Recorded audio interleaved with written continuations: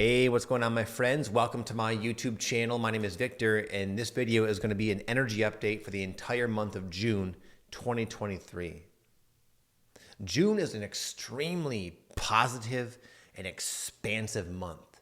You may have already found, I'm shooting this kind of like a little bit late, we're like already into June, but you may have already found yourself kind of hitting the ground running this month.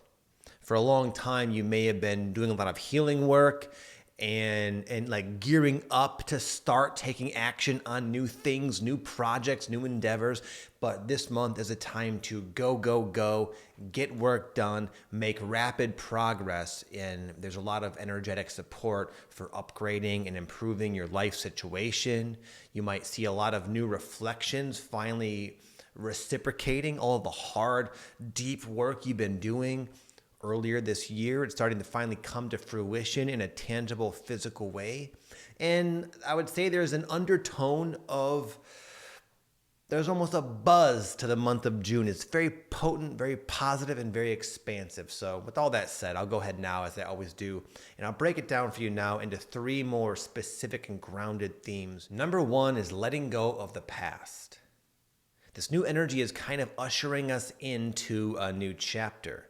And in doing so, as we're doing this, as we're transitioning in life, and whatever that means for you, it may be a career, it might be your life situation, it might be an area, like a major area of focus. There's like a new chapter in some way, shape, or form happening for a lot of us right now. And usually as we get right to that point where we're beginning to finally take those forward steps, we realize how much clutter, energetic, literal, maybe your closet's dirty as an example, but we're carrying around a lot of the old inner states of being. So you might have old emotions, old feelings coming up, but you also might, maybe more in a practical sense as well, where you just realize that there's a lot of reflections in your life of the person you used to be. And it's time for a good old spring cleaning. It's time for an upgrade.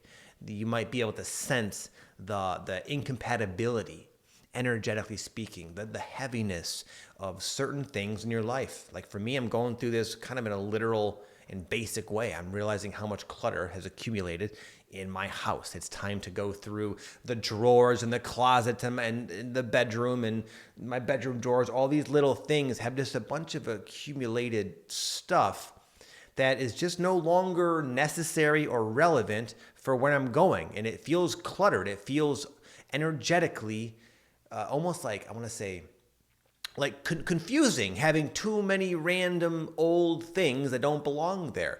So you might, I don't know, maybe you feel like I do. You want to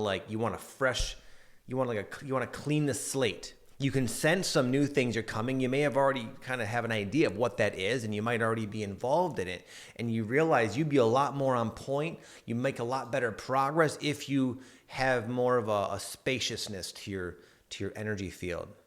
Now, for some of you, it might not be that obvious and like simple. That's a kind of an easy, quick fix. Clean the closet, Vic, you're good.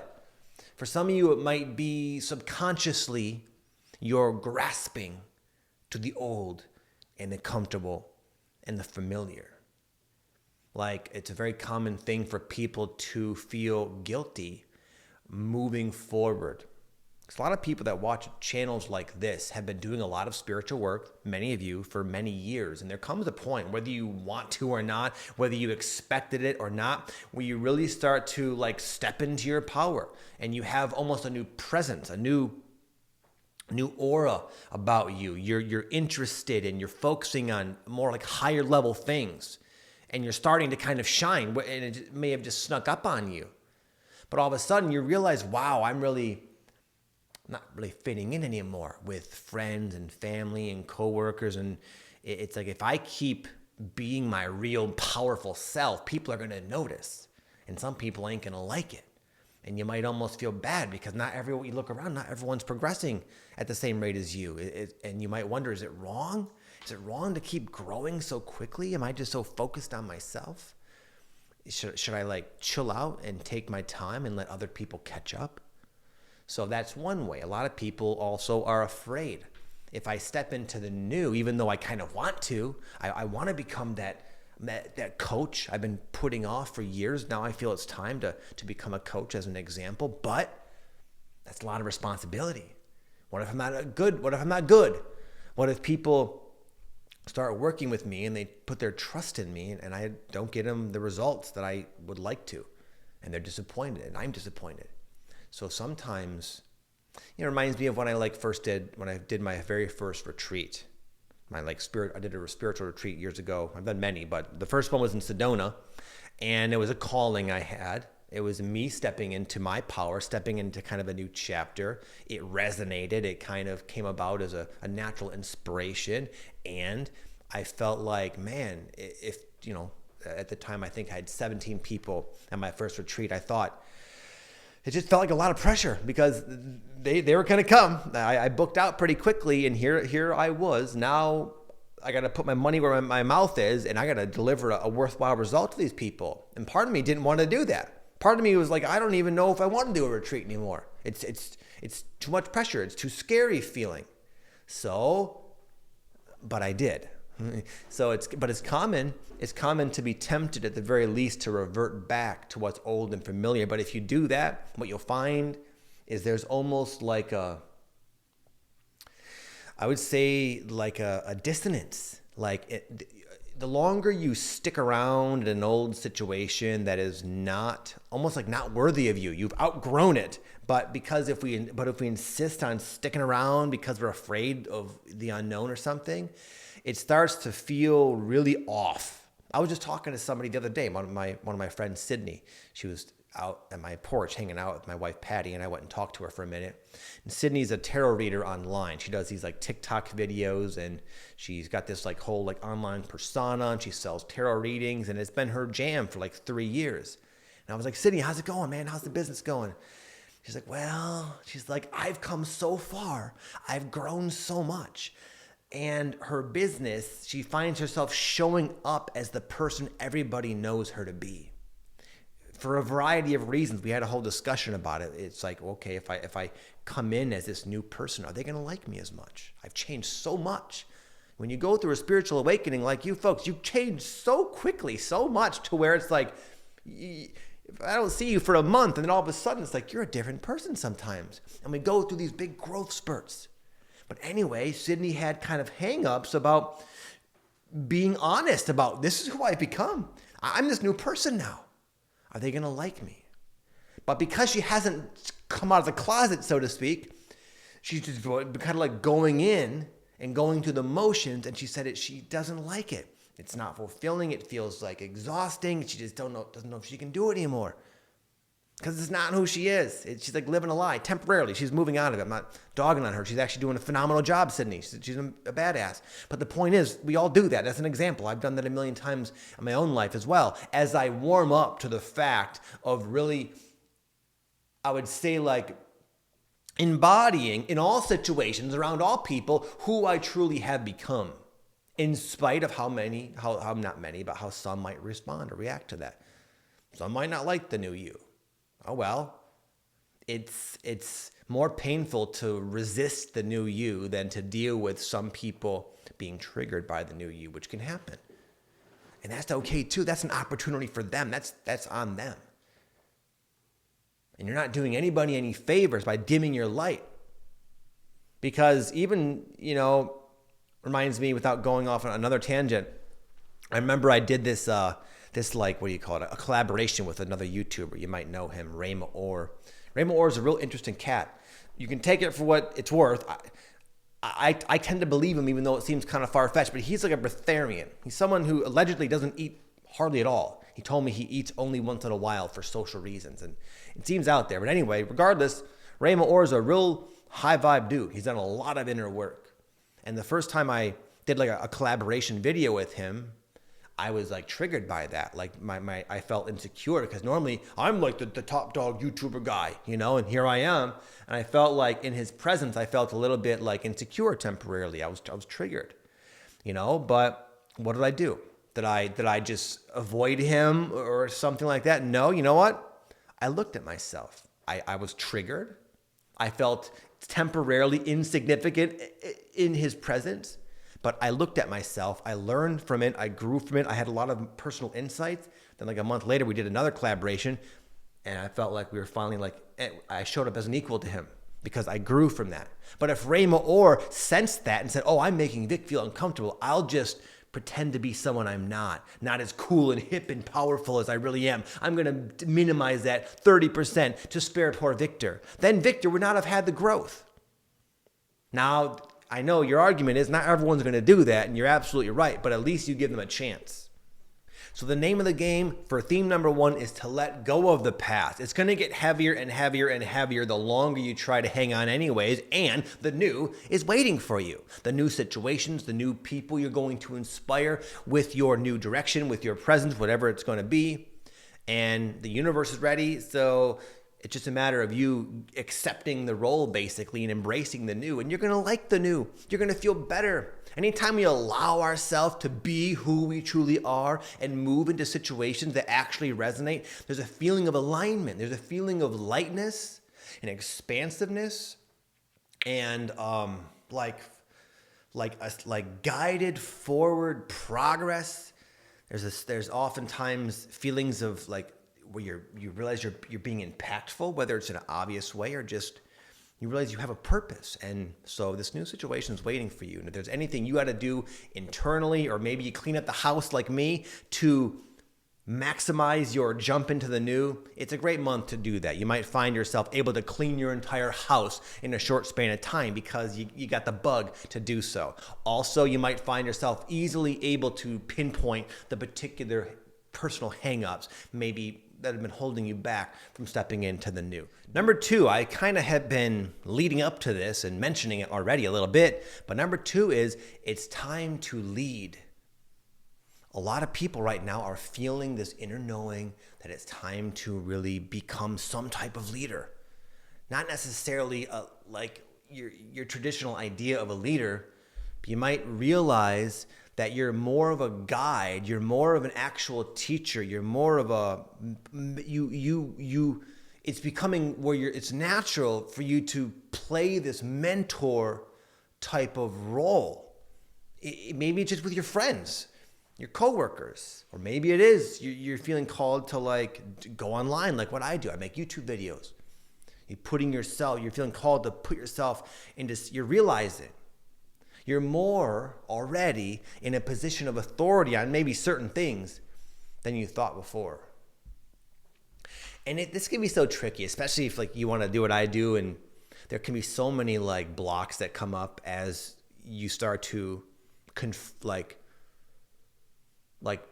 aware of this part of you that feels like, I know it's time to lead. I know it's time to share and to teach. The ego can come in and say, well, who the hell are you to do that? You don't have any certifications. You're not enlightened. You're not a guru. You're just some regular person. So, and the mind can really like very easily talk you out of it. But there's another part of you that feels like, well, I hear you, mind, but I still feel ready, and it feels pretty strong and pretty clear. I don't know how it's going to happen.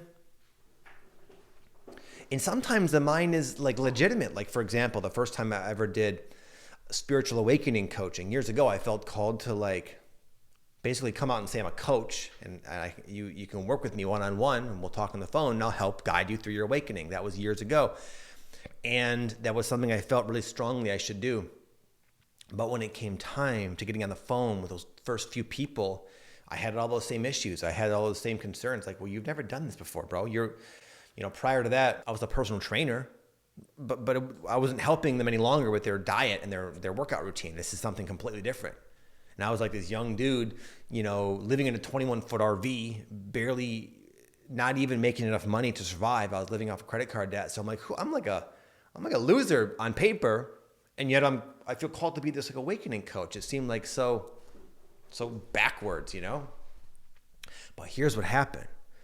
Once I started to do the calls, I would say, for lack of a better term, these different helpful functions, I don't want to call them psychic powers, it's not like that, but like little functions of my consciousness came online.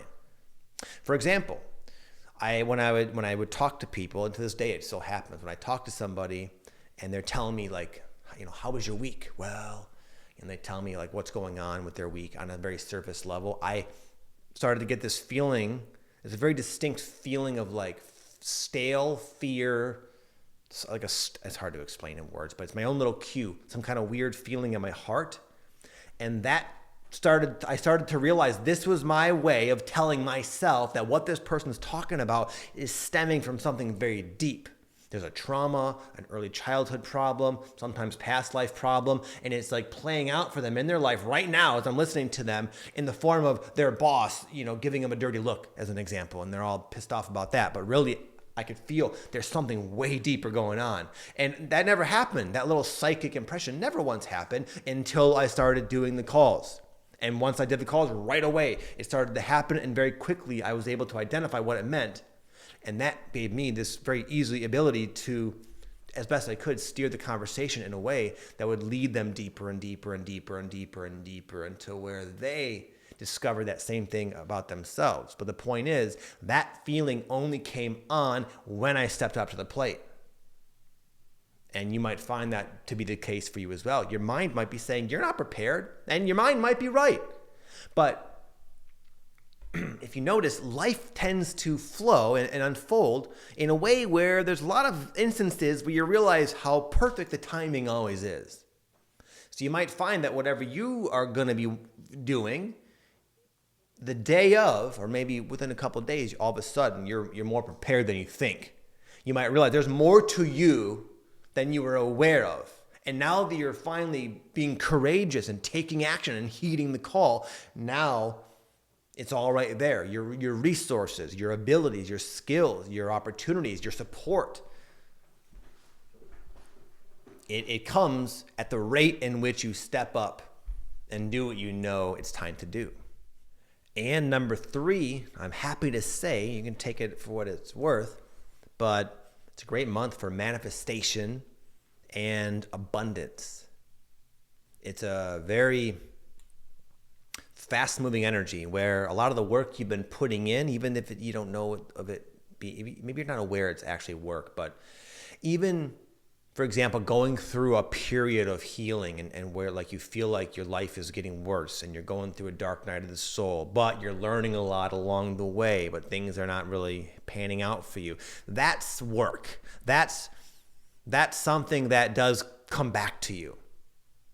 So June is a good time to where you really start to see these reflections, reflecting your inner work, reflecting maybe the actual work you've been putting into improving your life. Maybe you started eating healthy and exercising or something. And I know what can happen. I was a personal trainer, as I mentioned, and there's this thing called the whoosh effect, where a client can, for example, cut their calories by 500 a day. That'll cause them to lose roughly a pound a week at that rate, roughly.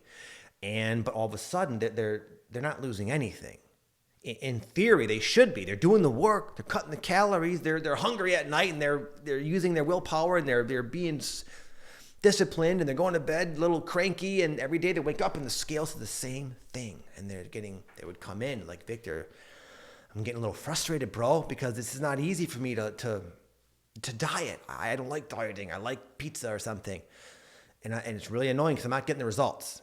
I would always encourage them just to stick with it, man. Just keep going. And I would tell them about the whoosh effect. What is the whoosh effect? The whoosh effect is after a period of dieting, all of a sudden, of seeing zero result, even though you're doing things correctly, whoosh.